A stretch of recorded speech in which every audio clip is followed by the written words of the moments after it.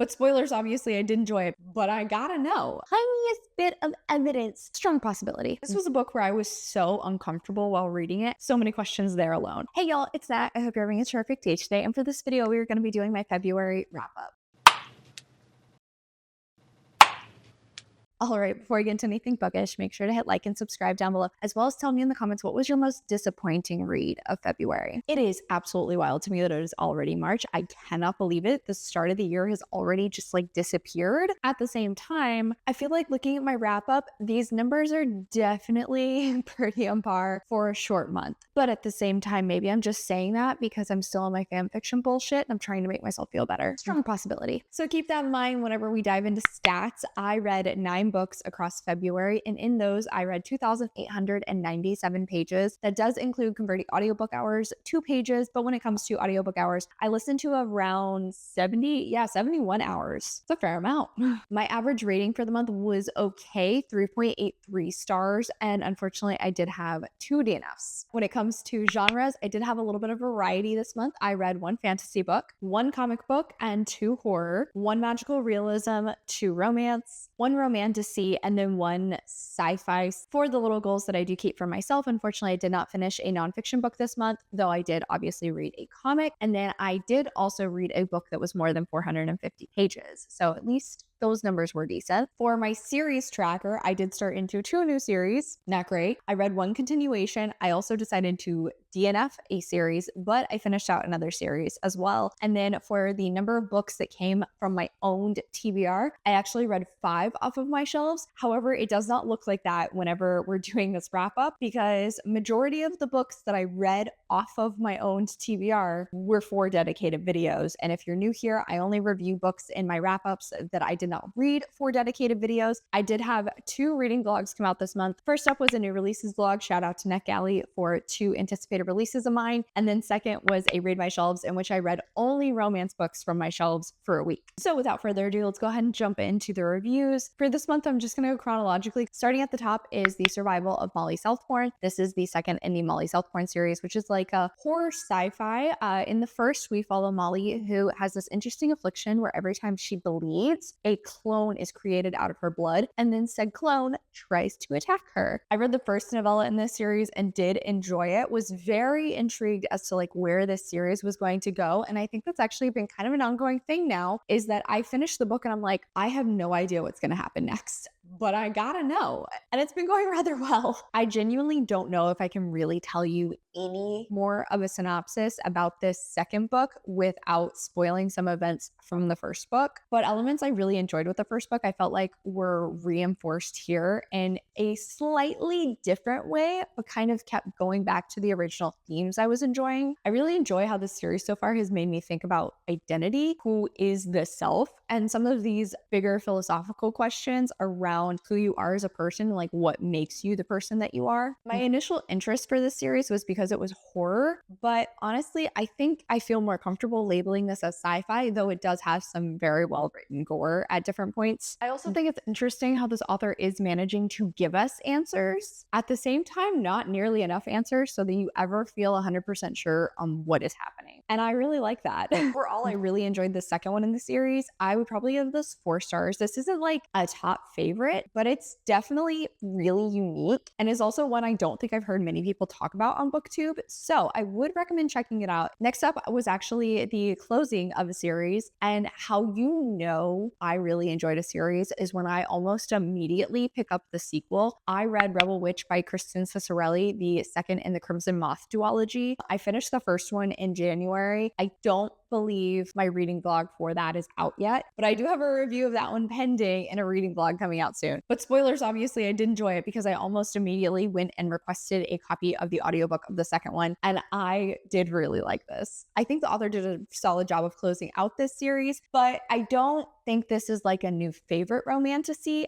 However, I think this is one of those that it's so enjoyable. I have a hard time really actively critiquing anything because majority of my experience with this book was I could not stop listening to it. So this series starts out alternating back and forth between Rune, a woman who is secretly operating as a witch, but unfortunately is living in this society where witches have been overthrown and it is now illegal to actually be one. And then she ends up basically courting I guess you could say. Gideon, who is actually a commander of witch hunters. Both of them are actually doing this to try and get intel from the other person. And it's this whole cat and mouse game, which does continue on in the second book. And I think it is so much fun. The dynamic between the two of them is so entertaining and it just draws you in. It's a little silly, but I did really enjoy the constant shifting of power between the two of them. That always means they're constantly on an uneven playing field, but it's always switching back and forth. And it really adds to the ongoing tension between the two of them. Then off of the events from the first book, like there's some romantic tension tossed in there as well. It's just so entertaining and really kept me glued in. As far as the fantastical elements of the world, I think it is interesting. I never got a total hold of like how magic exactly works in this universe, but there's enough there to explain it that I was satisfied, even if maybe the world building could have used a little bit more. The biggest thing with this book, and I don't know if I can necessarily call it a critique, is that the story itself is pretty predictable. Like, I don't think there was a single twist and turn that took place that I did not expect. Every little reveal, I felt like I could figure out as soon as there was the tiniest bit of evidence to lead me there. Meaning nothing ever shocked me, nothing ever blew my socks off, but even still,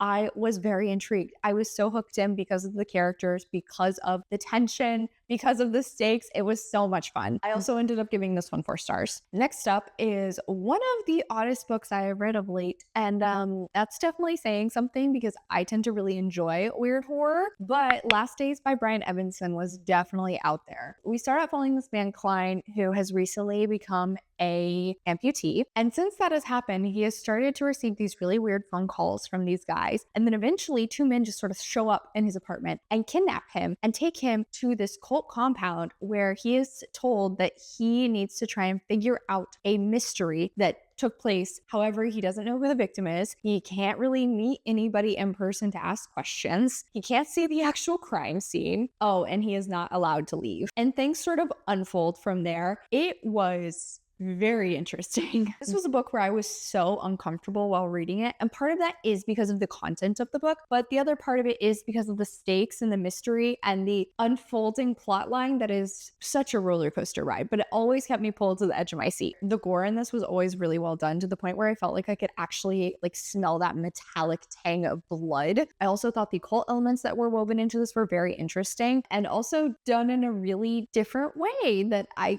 can't say I've ever seen before. And I think that kind of ties back into the uncomfortableness of it. I do wish the main character, Klein, was a little bit more built out as a character. I wish we actually got some answers as to his background. And I do think having some answers to those questions would have helped me be more invested into the main character. But even still, I liked him enough and was so intrigued by everything else going on in the story that I was hooked in to watch him investigate this wild time. And I don't think I've ever heard anybody talk about this one on booktube. It was strange, but I also highly recommend if you want a horror book with cult elements. I would give this a very strong 4-star, maybe 4.5.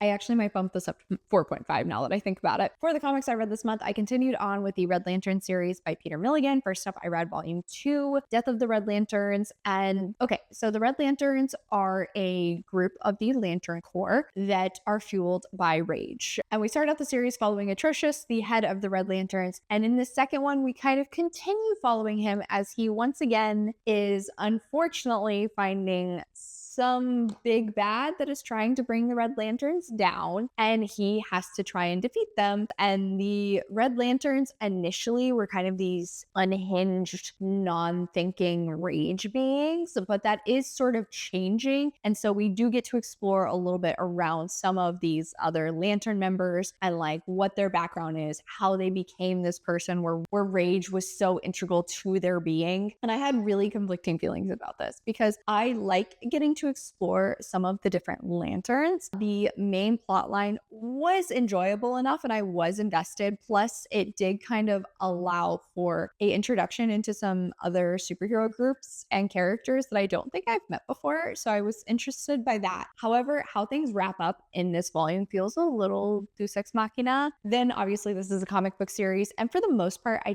have been enjoying the art style. I think they do a really solid job of reinforcing like the thematic elements of the Red Lanterns, but I wasn't always the biggest fan of how background changes would shift so drastically. And sometimes it would happen even though the character like was in the exact same place. The scene was continuing. It wasn't like we were having a flashback or something. The change of like the background would be so drastic that I felt like I must have missed something between the panels. There's also some absolutely wild fight scenes in this, which I did enjoy, but in the end, I gave this one about 3.5 stars. Then I did end up picking up volume 3 later this month. Strangely, I don't own a copy of this one. I own 1, 2, 4, 5, 6.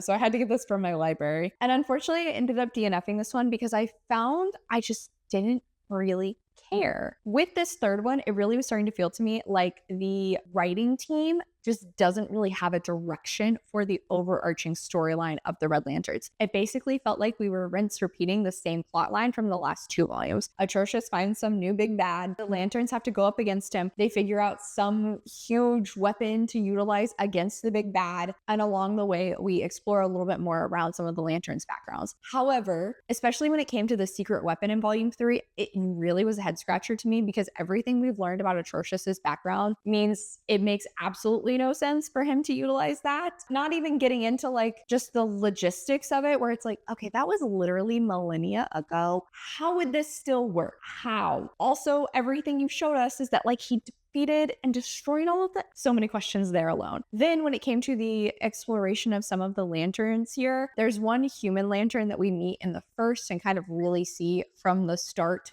to him now starting to embrace this lantern identity. And embrace is actually a really strong word for me to use there because he's very conflicted around it. And it just doesn't actually make sense in the scheme of like who the Red Lanterns are. So I wasn't really a big fan of that because that's not what I'm here for. And then finally, the biggest villain, I guess I'll say, of the whole series thus far is the Guardians. And it doesn't even really feel like they're an actual villain for the story. It's more like they're just a ghost that's sort of hanging out in the background that they can continuously keep pointing to, even though everything we're watching unfold, we have not actually seen how it connects to the Guardians. And obviously, I only stopped in volume 3. Maybe we do get answers of that later on, but I was just getting frustrated at how things were unfolding with this. So like I said, unfortunately, I did decide to DNF this one as well as the series. It's a shame, but I have plenty of other comic series to check out, so I can live. And I think this is the second month in a row where I have had an unfortunate book to end on, but that is officially it for today, y'all. So thank you so much for coming to my channel. I really appreciate it. Make sure to hit like and subscribe down below. If you made it all the way to the end of this video, I guess let's leave a ring emoji for the Red Lanterns down in the comments. I have links to all of my socials as well as a few ways you can support me down in the description. I come out videos on Monday and Friday, but until then, I hope you continue to have a terrific day. Love you, bye!